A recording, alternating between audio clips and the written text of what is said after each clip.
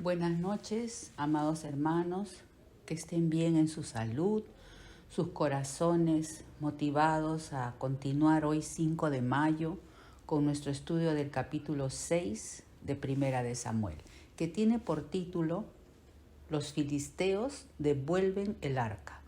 Oremos, hermanos.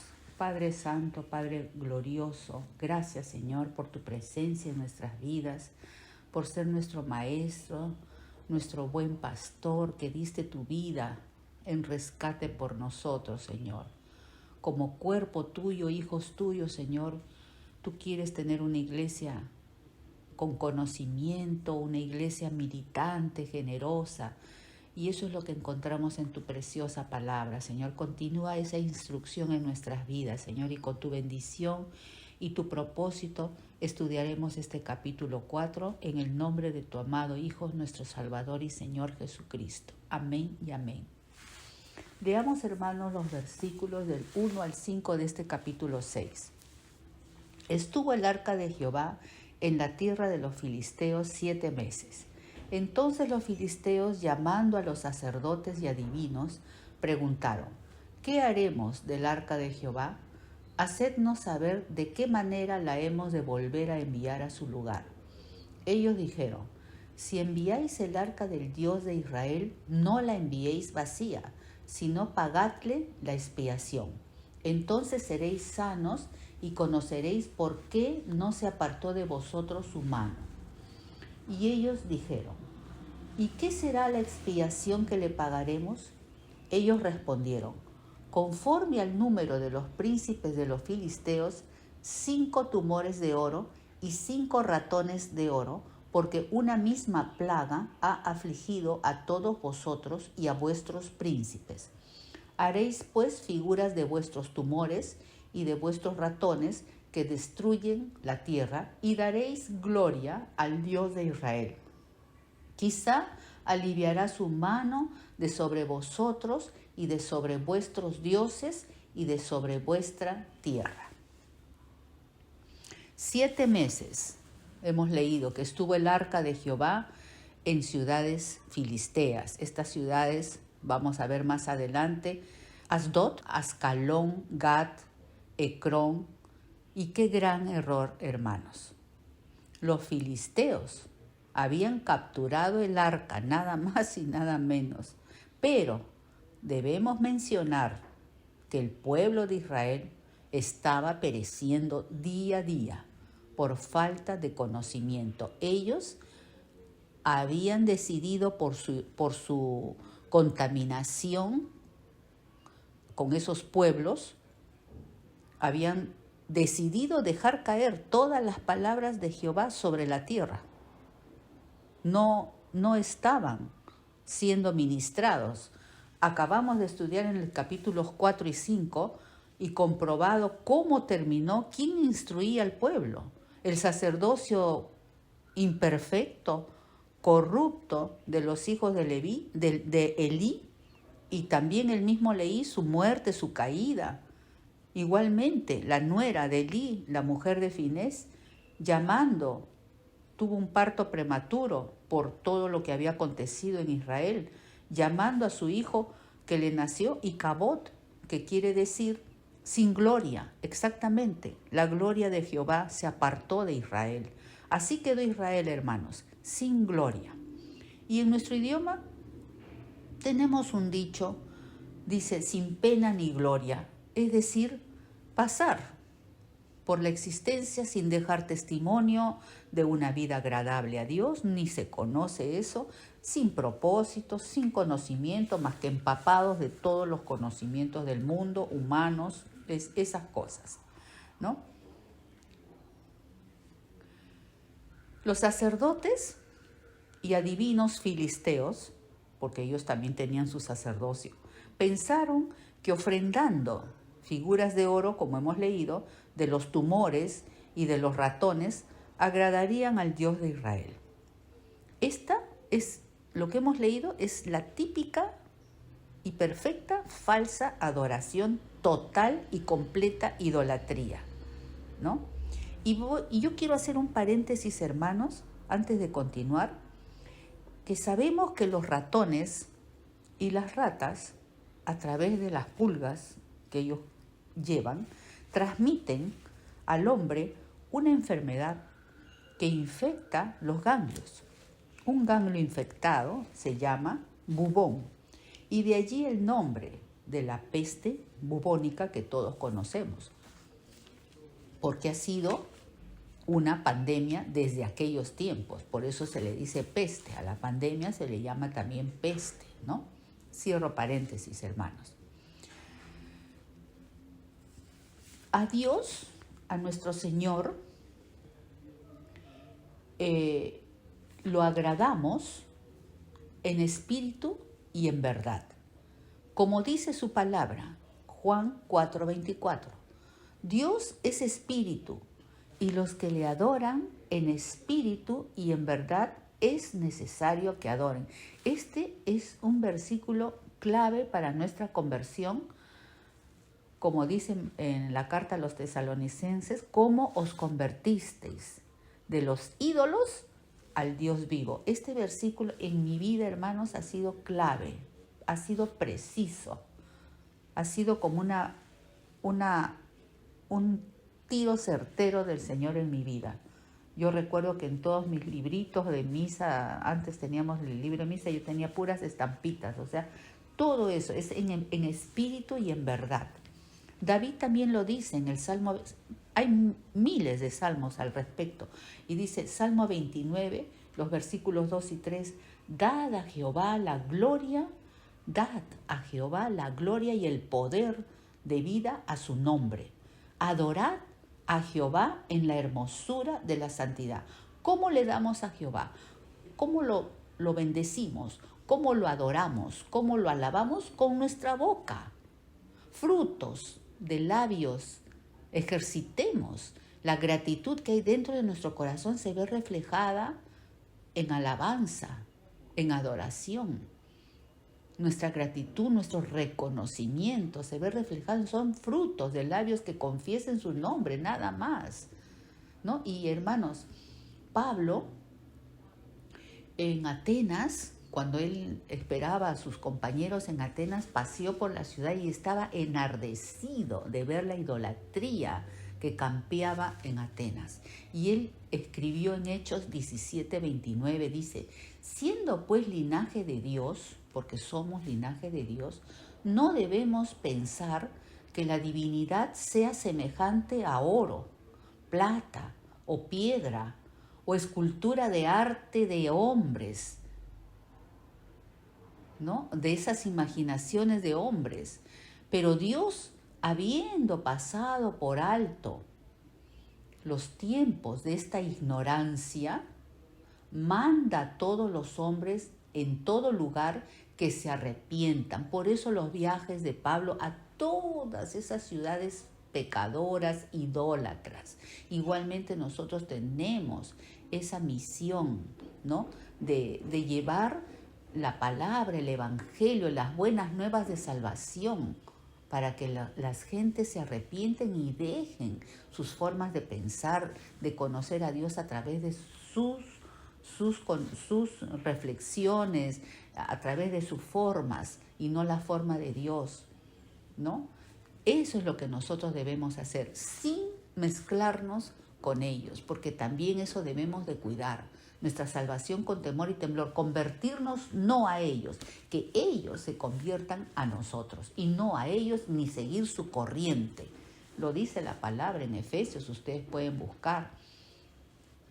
Por ello nuestro Dios, el Dios de Israel, mandó a su pueblo expulsar a los cananeos de esas tierras para que no sean de tropiezo, hermanos. Y aquí en Deuteronomio, en el capítulo 7, no vamos a entrar tanto en esto, pero sí les voy a mencionar para que ustedes busquen el capítulo 7 de Deuteronomio y lo lean completo, pero dice que hacer pacto o caminar o mezclarnos con estos cananeos, ¿no?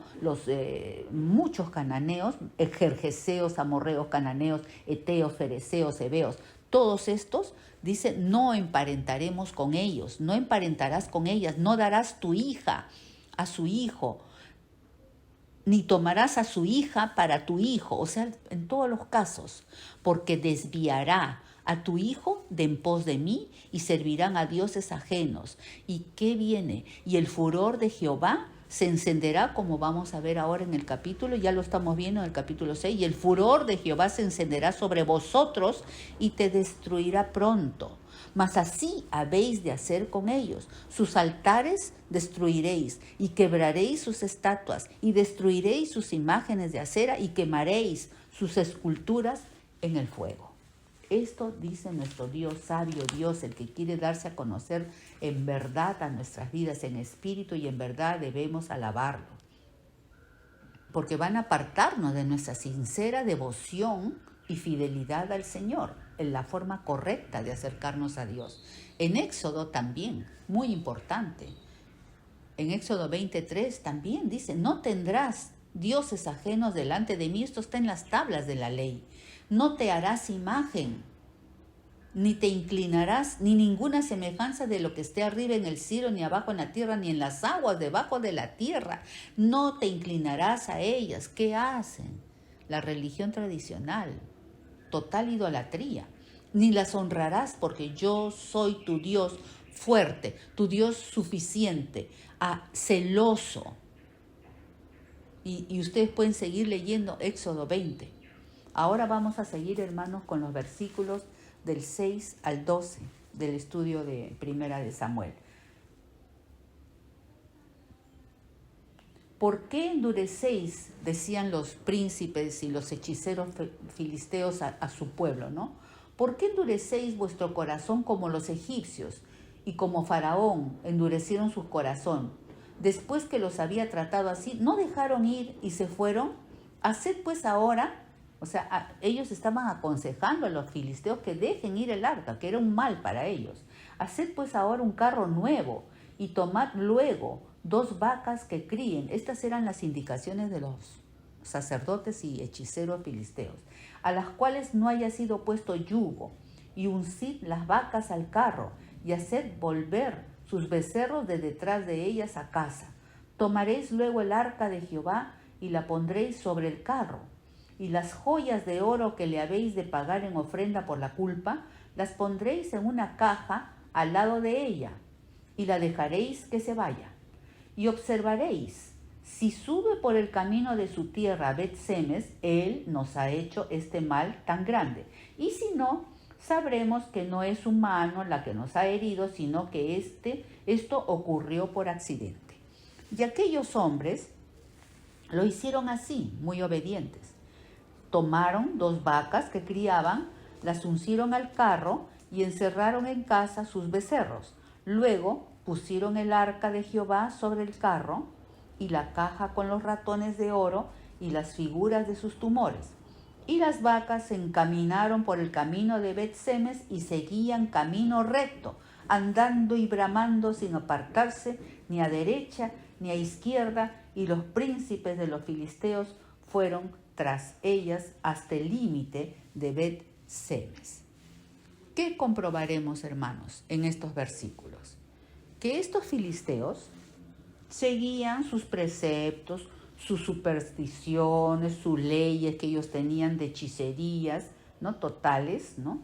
No sabían nada, ni tenían ningún conocimiento sobre el respeto, la reverencia debidas al arca del pacto de Jehová. ¿Por qué? Porque sencillamente ellos no eran pueblo de Dios, no eran pueblo, pero habían capturado el arca y la tenían por botín, ¿no? Por su trofeo, ¿no?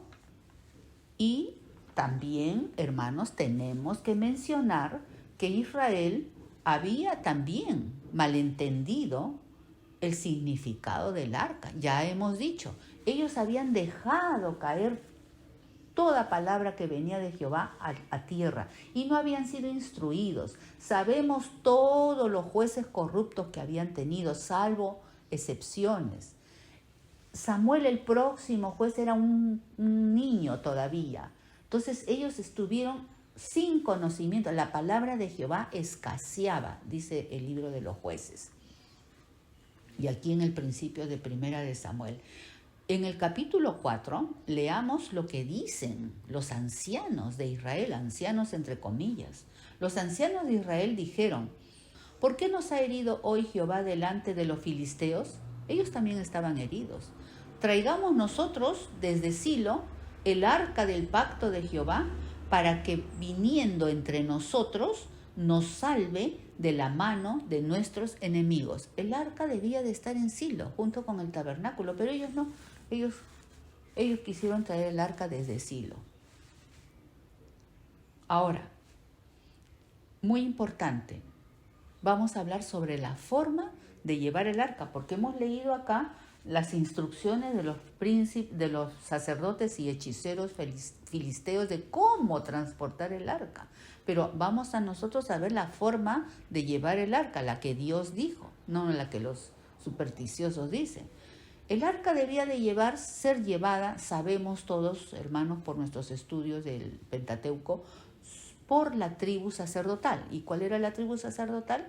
Exacto, la tribu de Leví. Los levitas pues eran los encargados de todos los utensilios del tabernáculo y del traslado del arca. El traslado del arca traía siempre guía y bendición. El arca traía siempre guía y bendición a su pueblo. Es la presencia misma de Dios en medio de nosotros. He aquí ahora, en este tiempo, he aquí el tabernáculo, el arca de Dios está dentro de nuestros corazones. En Números, en el Antiguo Testamento, en el tiempo de la ley, que es figura de Cristo es el cumplidor de la ley, dice en Números 6:33, dice: así partieron del monte de Jehová, camino de 3 días, y el arca del pacto de Jehová fue delante de ellos. Si tu presencia no va con nosotros, no nos saques, Señor. Igual podemos decir hoy día, tu arca, tu presencia, Señor, nos guíe nuestros pasos, tu propósito. Camino buscándoles lugar de descanso. ¿Por qué? Porque el arca de Jehová vuelvo y repito, es la presencia preciosa y santa, esa presencia que tiene dirección, que tiene propósito en nuestras vidas, ¿no? Esa arca preciosa contenía la ley, adentro estaban las tablas de la ley, ¿no? La guía, los preceptos, las normas para vivir conforme a esos estatutos. Tenía la provisión, el maná, que simboliza la provisión del Señor. Él es nuestro pan de vida. Joven hemos sido y no hemos sido desamparados, ni nuestra descendencia está mendigando pan, porque es una bendición. Su maná nunca va a escasear si andamos en sus preceptos. Todo esto estaba en el arca, todo esto está dentro de nuestros corazones, lo sabemos. Él es nuestro maná, el maná de mi desierto, mi sustento, ¿no? Mi alegría y mi sustento, porque su pan de vida es gozo para nosotros. Estaba la vara de Aarón que floreció, ¿no? El propósito de bendecir nuestras vidas. Dice, qué hermoso es habitar la iglesia, los hermanos juntos en armonía, porque allí es como el buen óleo que desciende desde la cabeza hasta los pies de Aarón, ¿no? Y allí envía bendición el Señor en nuestro caminar, esa vara preciosa, ese sacerdocio, ese llamado que tenemos todos a seguir a nuestro Señor. Y bueno, el arca llevada por los levitas, ¿no? Entonces, el arca tenía unos anillos. Ustedes recuerden cuando hemos estudiado el arca, a los lados laterales del arca habían unos anillos y por esos anillos pasaban unas varas, ¿no? Entonces los levitas cogían las varas y ese era el punto de contacto con el arca. Ellos no agarraban el arca y menos la abrían, ¿no? Y así la transportaban. A veces también la transportaban sobre sus hombros, pero jamás usaron carros y menos animales, ¿no? Ahora hemos visto que estos filisteos, pues lógicamente no tenían ningún conocimiento, pero nosotros sí. Por eso es que no debemos mezclarnos con aquellas personas que tienen otras formas de pensar y otras formas de vivir, ¿no? Nosotros, como he dicho antes, estamos llamados a compartir la palabra, a evangelizar y no y no convertirnos a ellos, sino que ellos se conviertan a nosotros y que el Señor nos use las veces que Él quiere usar. Y después ya confiemos en el Señor, que usará otros siervos, otras oportunidades nos dará el Señor con otras vidas, pero la palabra del Señor nunca va a regresar vacía en las vidas que les compartimos. Estas vacas que estamos hablando estaban enganchadas, como hemos leído, al carro que ellos habían hecho, y estaban evidentemente, estas vaquitas eran madres que criaban, estaban con sus becerros niñitos, chiquitos, estaban yendo estas vacas contra su instinto natural, porque habían dejado a sus becerros, ellos adrede habían dejado a los becerros encerrados, ¿no? Y entonces ellas anduvieron bramando todo el trayecto porque estaban en angustia, no sabían a dónde se dirigían, y con este acontecimiento los filisteos estaban seguros que haciendo así su penuria había acabado, ya estaban enrumbándose a Bet-Semes, ¿no? Y así quedaron ellos satisfechos, ¿no? Por haber ofrendado y porque vieron que efectivamente las vacas en camino recto y perfecto, aunque iban bramando y todo, no se desviaron y resultaron en Bet-Semes, ¿no? Entonces ahora vamos a continuar con los versículos del 13 al 18. Y los de Bet-Semes segaban el trigo en el valle y alzando los ojos vieron el arca y se regocijaron cuando la vieron. Y el carro vino al campo de Josué de Bet-Semes y paró allí donde había una gran piedra. Y ellos cortaron la madera del carro, ya no lo iban a usar, ya no les importaba, ya se quedaba en Bet-Semes, y ofrecieron las vacas en holocausto a Jehová. Y los levitas bajaron el arca, ahí habían levitas en Bet-Semes, bajaron el arca de Jehová y la caja que estaba junto a ella, en la cual estaban las joyas de oro, y las pusieron sobre aquella gran piedra, y los hombres de Bet-Semes sacrificaron holocaustos y dedicaron sacrificios a Jehová en aquel día. Cuando vieron esto, los 5 príncipes de los filisteos volvieron a Ecrón el mismo día, se acabaron ellos. Estos fueron los tumores de oro que pagaron los filisteos en expiación a Jehová. Por Asdod, 1. Por Gaza, 1. Por Ascalón, 1. Tumores de oro. Por Gat, 1. Por Ecrón, 1. Y los ratones de oro fueron conforme al número de todas las ciudades de los filisteos pertenecientes a los 5 príncipes, así las ciudades fortificadas como las aldeas sin número. La gran piedra sobre la cual pusieron el arca de Jehová está en el campo de Josué de Bet-Semes hasta hoy. Entonces, nuevamente, el pueblo de Israel y los levitas haciendo sacrificios que ya vamos a ver, hermanos. Hubo regocijo nuevamente de estos habitantes de Bet-Semes de recibir y de ver que se acercaba el arca de Jehová en ellos, en su ciudad, ¿no? Dice que se detuvo en casa de Josué, un sacerdote principal de esa ciudad. Bet-Semes era una ciudad sacerdotal. Eran esas ciudades que Josué, en la conquista de Canaán, había repartido a los levitas. Acordémonos que los levitas no tenían territorio, pero Jehová había ordenado que ellos tuvieran ciudades sacerdotales donde ellos vivían, ¿no? Entonces, esto lo pueden ver en Josué, en el capítulo 21, ¿no? Ahora, hubo regocijo, todo esto, pero el holocausto ofrecido por los levitas fue erróneo. Fue erróneo. Primeramente, ofrecieron vacas que no eran machos y la ofrenda era de machos sin defecto y debían ser a la puerta del tabernáculo, ¿no? Y acá no había tabernáculo, ¿no? Para ser aceptados por expiación, ¿no? Ahora, volviendo atrás a los filisteos, para ellos el arca, lo he mencionado, el arca fue un trofeo, Pero a estas alturas, ya cuando la devuelven a Bet-Semes, ya no era un trofeo, ya eso les había causado toda esta peste, según ellos, ¿no? Y sí, Dios lo hizo. Pusieron, imagínense, el arca, como hemos estudiado en el capítulo 5, a la par con en el templo de Dagón. Eso fue el colmo, ¿no? El colmo de la ignorancia. Bueno, ellos eran los filisteos. Y en verdad, hermanos, toma tiempo reconocer, ¿no?, que lo que mal empieza, mal acaba. Bueno, ellos no tenían conocimiento, pero sí de oídas sabían que el arca de Jehová era la presencia del Dios de Israel, ¿no? Y lo usaron como trofeo, para que vean la irreverencia de estos pueblos.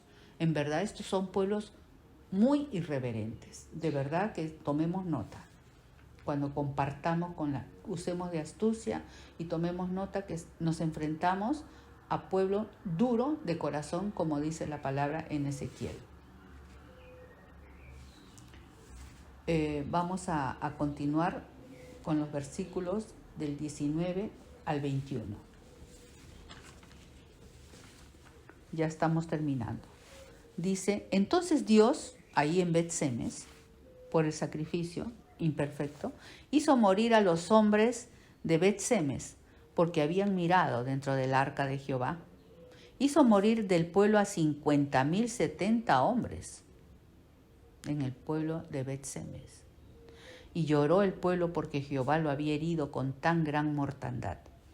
Y dijeron los de Bet-Semes, ¿quién podrá estar delante de Jehová, el Dios Santo? ¿A quién subirá desde nosotros?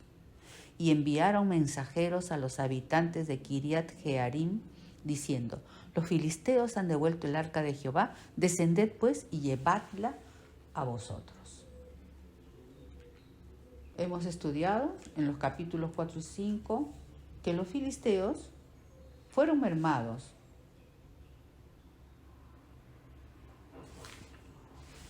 Fueron mermados por la plaga de los tumores. Jehová, al ver esa barbaridad de poner el arca en el templo de Dagón y todas estas cosas, mermó bastante con esta plaga a los filisteos. Pero Israel también fue vencido, como hemos estudiado en el capítulo 5, en 34,000 hombres. Pero aquí, en estos últimos versículos del capítulo 6, vemos que muchos más israelitas murieron por mano de Jehová, por otro error, por mirar dentro del arca. Hemos dicho hace un momento que los levitas eran los únicos y cómo cargaban el arca, cómo la llevaban a través de las varas. Ese era el punto de contacto.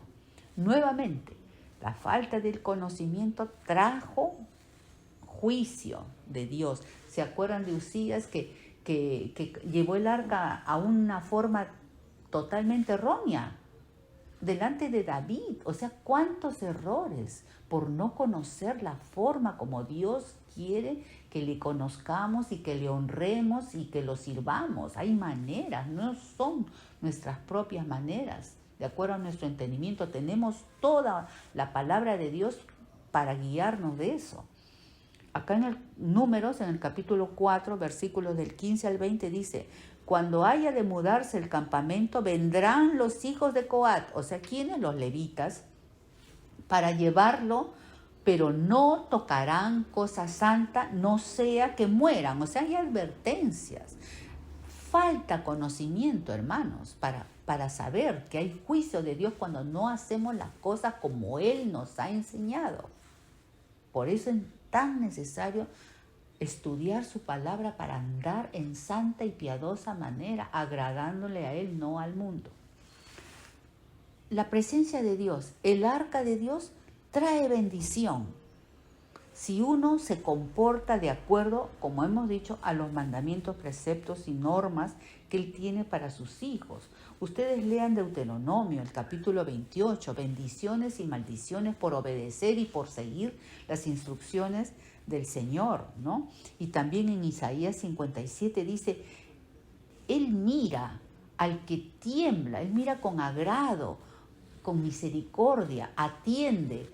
al que lo mira él con devoción y tiembla, estoy parafraseando, y tiembla a su palabra, o sea que la sigue, entiende y tiembla, defiende su salvación con temor y temblor, no con miedo, con temor, con reverencia.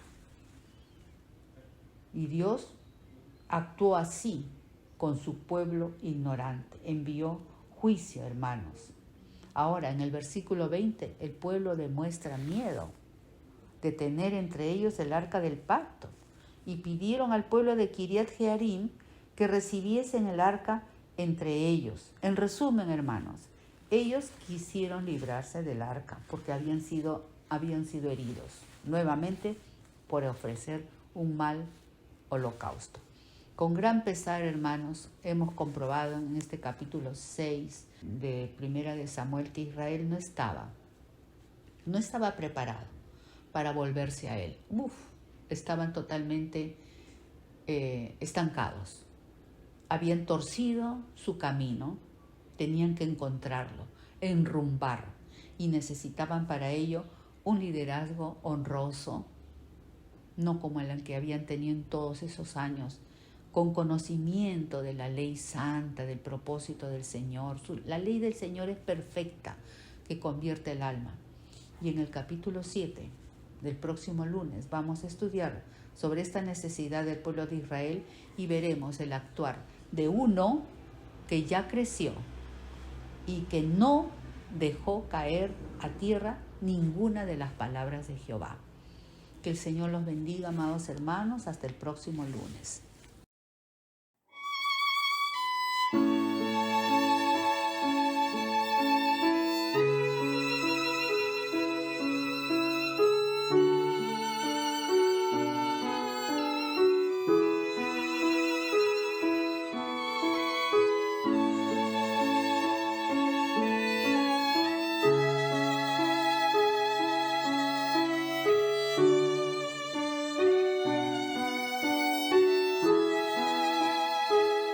Escudriñemos nuestros caminos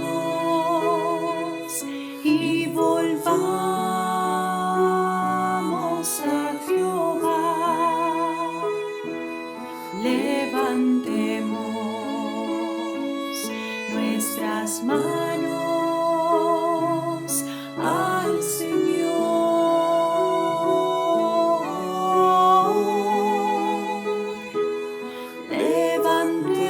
Levantemos nuestras manos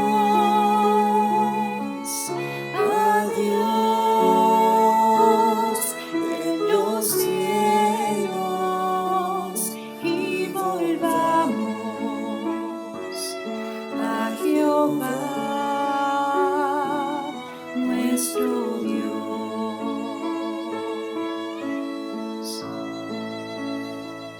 Por la bondad de Jehová no hemos sido